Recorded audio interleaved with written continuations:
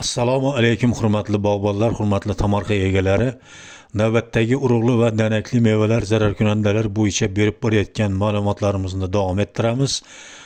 Bugun sizlarga akatsiya soxta qalqondori nomli zararkunanda bo'yicha ma'lumotlar berishga harakat qilamiz.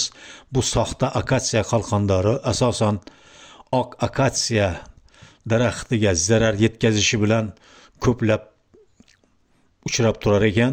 Shu bilan birga meva daraxtlariga ham, ya'ni olxo'ri, malina, uzum, shaftoli, o'rik, tut, olcha, nok, olma, bexi, xurmo, bodom daraxtlarida ham ko'plab zararlangani kuzatilgan. Ko'payish odatda partenogenetik usulda ko'payar ekan, lichinkalari qishlab chiqib, keyinchalik ular vegetatsiya davomida 3 ta avlod berar ekan.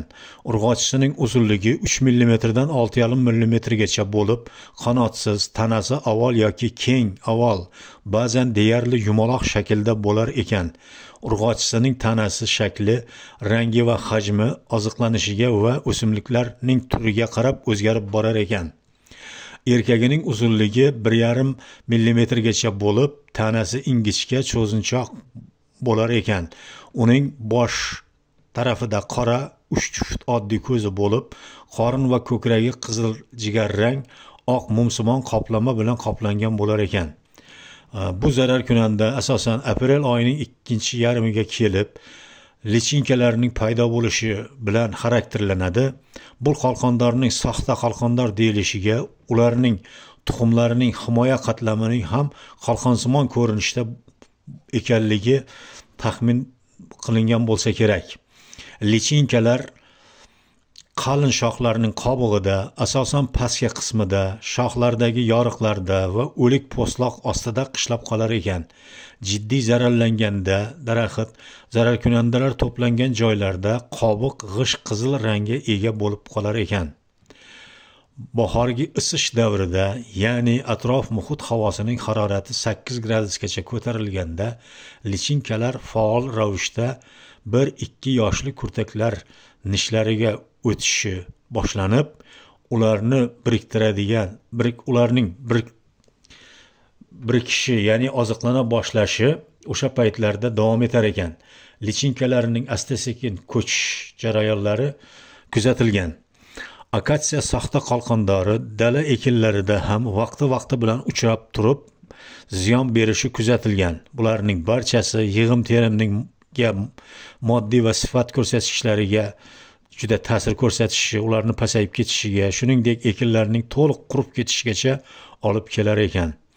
Endi buning kurash choralari asosan agrotexnik tadbirlarni vaqtida o'tkazish, bog'larda shakl berish va butashni o'z vaqtida olib borish, qurigan shoxlarni va tushgan barglarni kuydirib tashlash bilan xarakterlanadi. Shu bilan birga bularga havo harorati 8 gradusdan oshgandan keyin qishlab qolgan, faol harakatlana boshlagan ikkinchi bosqich lichinkalariga qarshi kimyoviy preparatlardan Actara, Sinfidor, Mosplan, Slayspo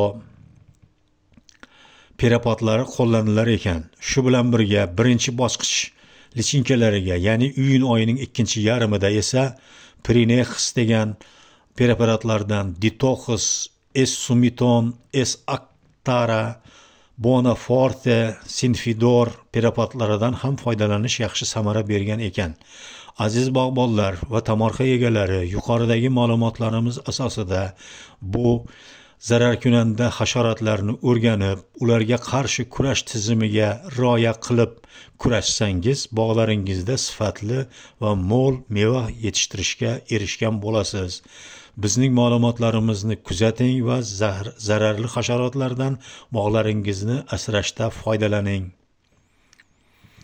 Bog' eking, yaxshidan bog' qolur.